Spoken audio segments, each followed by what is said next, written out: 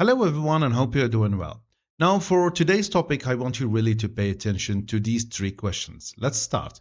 The first question is, according to your experience, how could you move from a vague idea to a clearly stated and contextualized research problem? Question number two, starting research is the most challenging step in developing a scientific study discussed with reference to your own experience. The two questions, if you do notice, they are actually the same. The first one talk about your experience in making or clearly stating the research problem, and we know that stating a research problem is the start of your research. So basically different words, but we have the same question. And this is the idea concerning always PhD entrance exams. I always say this, that sometimes we have so many questions, but if we dig a little bit deeper, we'll find that questions most of the time they're just repeated.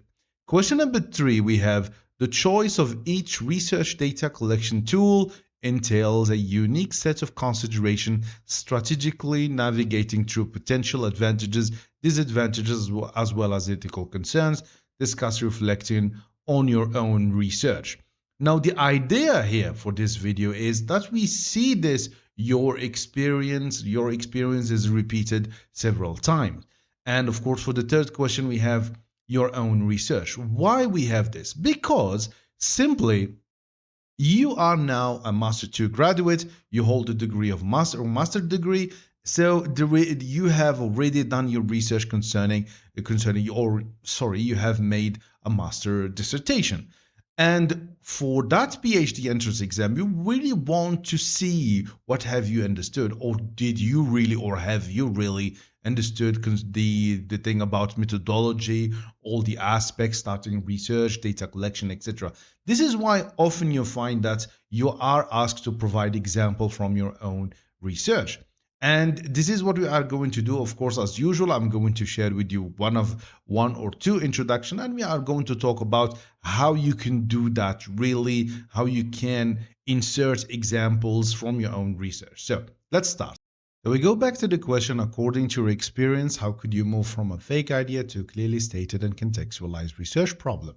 So what I do usually advise my students is, always remember, even when you are asked about your own experience or you are going to talk about you have to ask yourself, who are you? And in the context here, you are a researcher, you are a novice researcher, you have done a research. And even if you want to talk about this, means you have to talk about it in from a general perspective. From that perspective, that you have to be objective, that I'm a researcher. So we really need to avoid any kind of personal pronoun. This is something that is so important. So many times students, they kind of make that mistake and just simply starting to use I, etc. And this is wrong. Now, let's have a look at our introduction. How did I start it? So the first sentence I started by, of course, always saying why it's really important in this regard, saying formulating a clear and contextualized research problem requires reflection on the entire research process.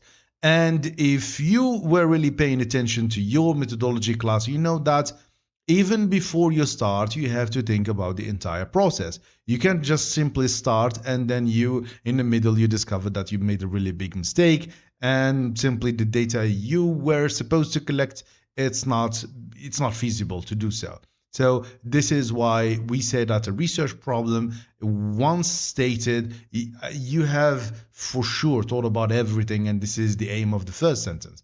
Now I have added scoping. This term, this concept is used in research methodology. You have to think about it when you want to use the scope, to crank the scope, to look clearly, to see detail. That's the idea of scoping, complemented by preliminary information gathering. So these processes, both of them, gathering about the research makes a valuable contribution to almost every operational step.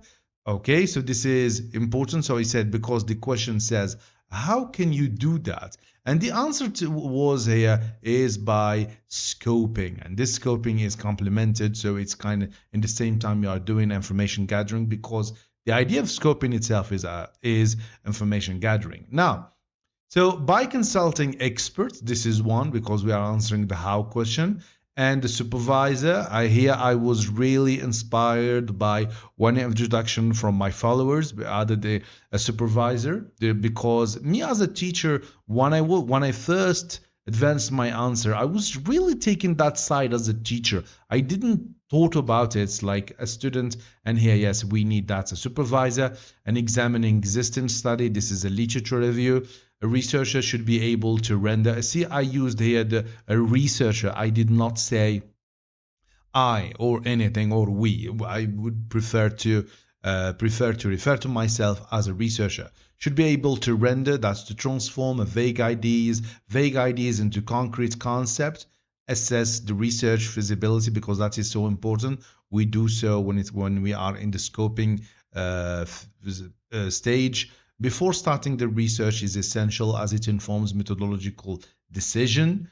No, sorry, and research feasibility first scientifically and ethically, because most of the time we forgot to talk about ethical consideration. This is so important to consider. So scientifically, of course, when we talk about data collection, when we talk about the sampling technique, but ethically, let's say for example you want to start your research but you simply don't have permissions, so this is going to be really problematic. And it clarifies the study scope. Moreover, understanding the current state of the literature before starting the research is essential as it informs methodological decisions, identify gaps in existing knowledge, and provide a solid foundation for justifying the chosen research approach.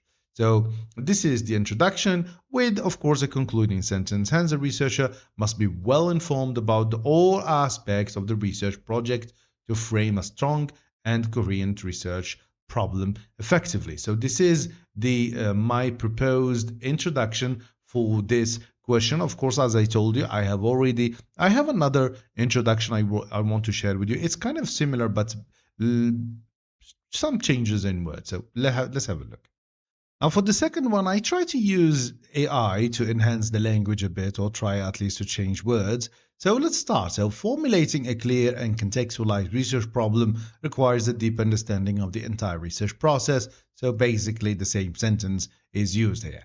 Effective scoping and thorough preliminary information gathering, that's a bit of changes in words, contribute significantly to each operational stage of the research. Good. By consulting with experts and a supervisor and analyzing existing study, a researcher can transform vague ideas, that's also render, into concrete research concept. It says the scientific and ethical feasibility of the project. I like this word much better than mine. So this is what I was talking about, the scientific and the ethical feasibility. Always, as a student, never forget to talk about ethical consideration because it really matters. So and establish a clear boundaries of the study, that is the scope of the study. As you know, when we design or when we state the research problem, usually we have to decide whether to limit the research project or to broaden the research project. It depends, of course, on other variables. Moreover, gaining a deep understanding, this is deep, so I would remove one. Understanding the current literature is critical as it shapes methodological choices and cover gaps in existing knowledge and provide strong rationale for the proposed research approach. That is, can be good, yeah. Therefore, a well-informed researcher is important for framing coherent and sound research problem. As you can see, there was just slight change in words, but the same meaning, the meaning stands there. So what do we learn from here? What we should really learn, that especially in research methodology, if you are ever asked about your own experience, you should know that your own experience here in this case is as a researcher.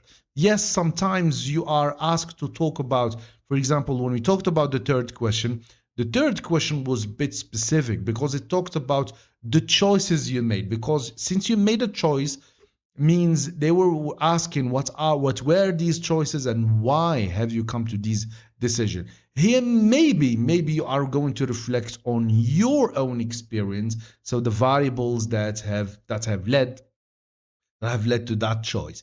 So you can be a bit specific, but I always emphasize that try always to tackle this from a very objective point of view, and don't include any personal pronoun. I really want your support by the end of the video. Don't forget to subscribe and see you inshallah in other videos inshallah. Bye.